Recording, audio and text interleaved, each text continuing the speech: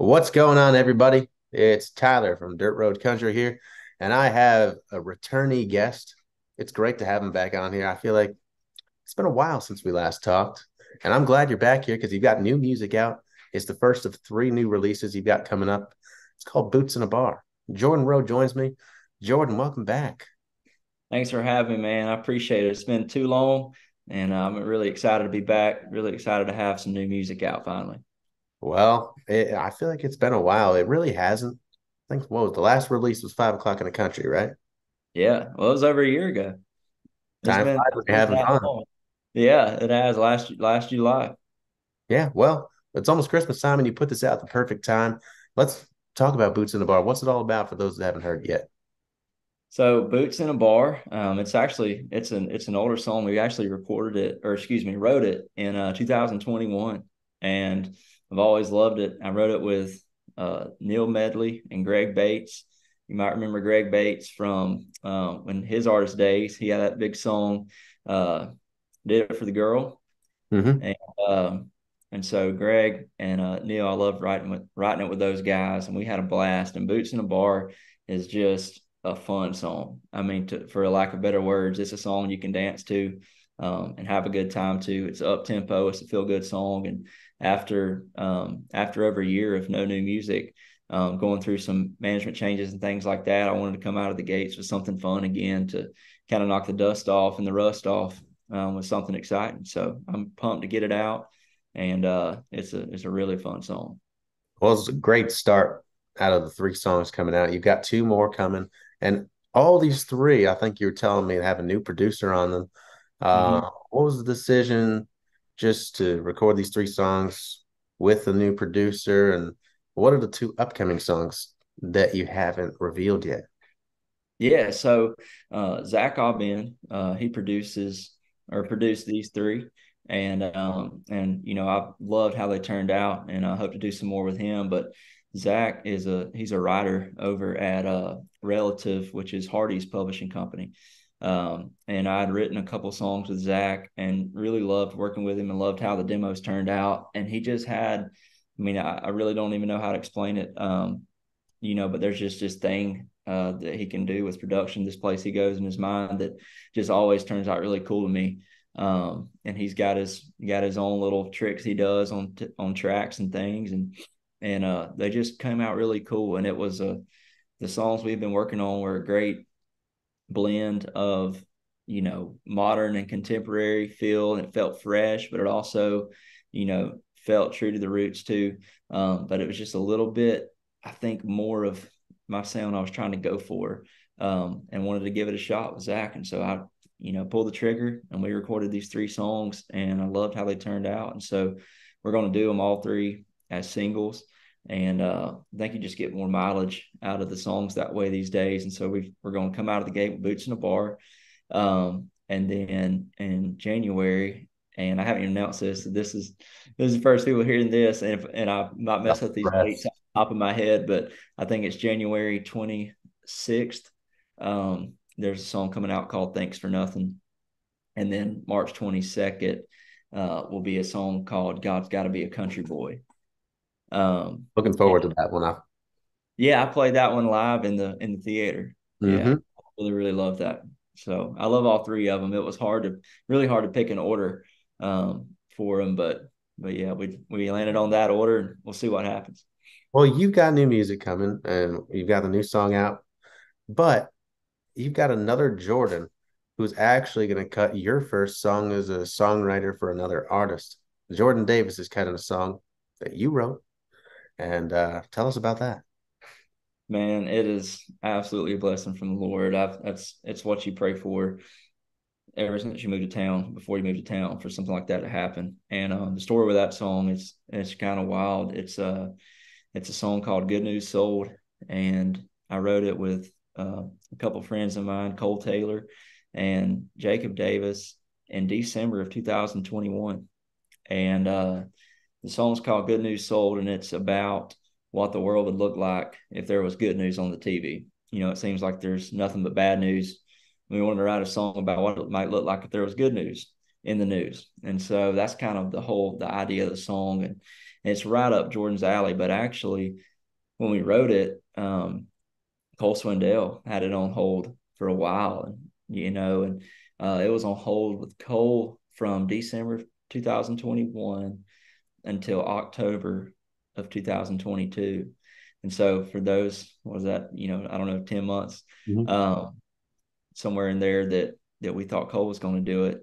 And then Cole actually ended up letting the song go, and Jordan picked it up. And Jordan had inquired about it a few times before, but it was on hold, and so we couldn't really let it go. But man, I think it ended up right where it's supposed to do, or supposed to be. And songs always seem to do that. And Jordan is pumped about it, and we were so pumped to find out that it has another chance. And like I said, that was back October of last year. Um, and he actually recorded it with the band last November. And so you go a whole nother year of praying that something will happen with this song. And he had a record come out in February. It wasn't on it, and then we're like, oh no. But then we got word they're saving it for the next thing.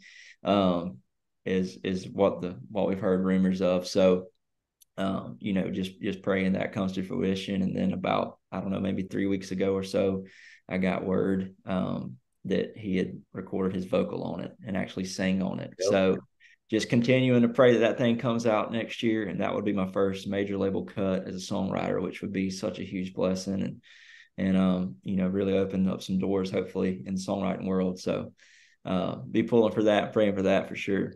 It's I a roller I coaster, sure man. will. I mean, I know it's already been a long process, but hopefully, one, it gets cut, and two, imagine if it goes to country radio. Oh my gosh. It'd be so crazy. That song, man. I mean, it's just a roller coaster. There's been, probably a half a dozen mountains and valleys with that song. You think something's going to happen, nothing happens, then you're on top of the world and you're back down. And Oh it's yeah. crazy. It's been on hold for, and I skip one part, it's been on hold for Colson Dell, Cody Johnson, and Michael Ray. And Jordan did it. But it was quick, man. I think it ended up right where it's supposed to be. Well, that's good to hear. So from one Jordan to another, we're gonna be praying that that song gets cut. And speaking of praying, you are a part of this really, really cool thing in town for really everybody in the industry. It's called Music Row Ministries. I'd love to hear you talk about that and what it is. Music Row Ministries has been really, really cool. And it started out as just a men's Bible study back in February. And it's now actually a men's and women's Bible study. And some really cool things are going on there. But how it all started, man, the idea was born in a duck line in Mississippi last January. And I've been feeling like the Lord was pushing me to start just some form of community on the road. Um, and, I was always a part of things like that growing up and never had that here. And, there's just so many people that move here with dreams to be George Strait, and it doesn't happen. And I think Nashville, LA, and New York are three of the most anxious, depressed, worried, and fearful cities that there are, because you've got so many people there that move there with big dreams, and if they're not happening, you live in fear of your future. And I've been there, and I fight that on a daily basis, right? And so there's such a need for that kind of thing, and so I've been feeling led to start a Bible study where we could just it's like-minded people. It's people all over the music industry, whether you're a songwriter, artist, publisher, A&R, booking agent, photographer that goes on the road, like whoever, any kind of form in relation to the music industry. You get each other, you get what each other is going through. So it's kind of different from something you would find at a normal small group in your church, where you might have an artist, a guy that works at Lowe's, a guy that works at a financial firm. You just don't deal with the same stuff. Mhm. Um, and so that's what makes it so cool, I think. And, was feeling led to start that up for a few months. And I was on a duck hunt trip with my pastor last January, or this January, in Mississippi. And I told him about the idea, and we were just like, all right, when we get back to Nashville, let's sit down and figure this thing out. And he said, I'll help you, kind of get an idea of how to maybe get it started. And so we went to lunch and came up with a plan for the first meeting. And there was probably, I don't know, a dozen guys, and it dwindled down to like 7 or 8 for a while. And then all of a sudden it just exploded. And now, man, we've had baptisms. We've baptized guys in the Sony parking lot. Um, and we've got, anywhere, I mean, I'd say on average about 40 dudes that are meeting in at Sony Publishing every Wednesday morning at 9. And then about a month ago, we got the Music Row Ministries women's group started, and there's a couple ladies that are leading that. And so the girls meet on Tuesdays at 8:30 and at the same place. And so it's just been a really, really cool thing. So if anybody's listening out there that lives in Nashville and you're in the music industry and you're looking for a faith-based community and a group to be a part of like that, where we just get together and help each other do life and grow in the Lord together, find us. We have an Instagram page, Music Row Ministries, and you can DM that and we'll send you the info for it. Like I said, there's a girls and a guys group. So if you're moving to Nashville, it's a great thing to have. I wish I had it when I moved here. It can keep you out of a lot of headache. And hopefully so. But it's been a really special thing, man. The Lord is really, really moving in that. And it's been a fun thing to be a part of. And it's just I love it's it. a blessing. That sounds like a great program, and you heard the man. Go look for more info if you are in the music industry. Now, before I let you go, it's crazy to think that it's almost Christmas, which means it's almost the new year. Besides the new music, what are some of your biggest goals for 2024? Man, that's a loaded question. I know it seems so Yeah, simple. And I tell the guys in Music Row Ministries this too. But one of the things I'm really working on is a new way to do goals. And if something I would encourage you to do, and anybody listening, is instead of making a goal an outcome, make a goal an effort, because that's what you control. You can't control an outcome. Like you can't post this and make your goal to get so many views on this Dirt Road Country post, because you can't control that. I can't control how many people listen to that song. So I'm not going to make my goal to have X number of streams. I'm not going to make it a goal to have a number one song next year, which is a crazy way to think of it. But that's helped a lot. And so I'm actively working on goals for next year, and they would be things, for example, like show up and put 100% effort into writing a song today. Go write the best song I can today and be present in that room. If it's an effort to, inquire about playing shows with different people at least once a week. If it's, recording an acoustic video and posting that once a week, I can control that, right? I can't control how many people watch it, but I can control that. I can control the things where effort's involved, but not outcome. And so that's how I'm going to look at the stuff for next year. So the things I'm going next year, I'm, a goal to put out new music. All right. I'm going to do that. A goal to seek what the Lord wants more in my music. I'm going to do that. And just different things like that. But I think that's been so cool, like the latter part of this year, to try to do is change the way I'm looking at goals for next year, and it takes a lot of the pressure off. You know what I mean? I know. And Jordan, before I let you go, I just would like to say that this is the reason why I love having you on for interviews. You're a man of wisdom. You always have something very smart to say. I appreciate that, man. And I I can't claim that logic that's actually the the logic that a guy who's the sports psychologist at Clemson, that's his thing. And he's the life coach for Dabo. He's the life coach for my pastor. I think he's actually the life coach for Kirby Smart too.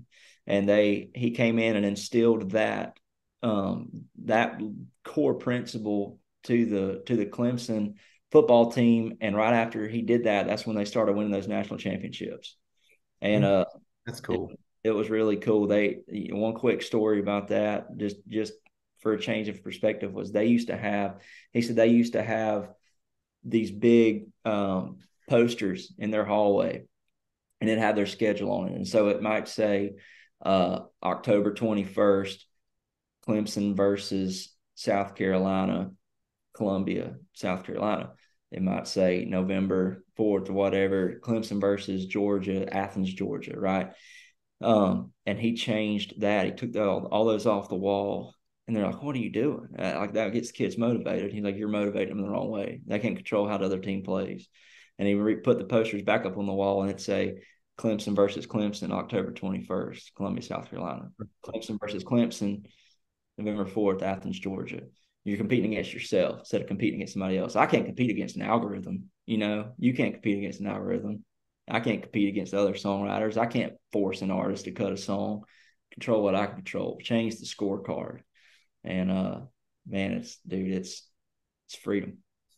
Well, you may say you got that from somebody else, but I'm still sticking with what I'm saying. Jordan, the man of wisdom. Don't follow him on Instagram and TikTok and the rest of the social media platforms. Go do it now. Go stream Boots in a Bar. It is a very catchy song and it'll get you in the holiday spirit. It may not be a Christmas song, but it is Yeah. perfect time for the season we're in. Jordan, Yeah. it's all a pleasure. Well, I appreciate it, man. I appreciate you having me back.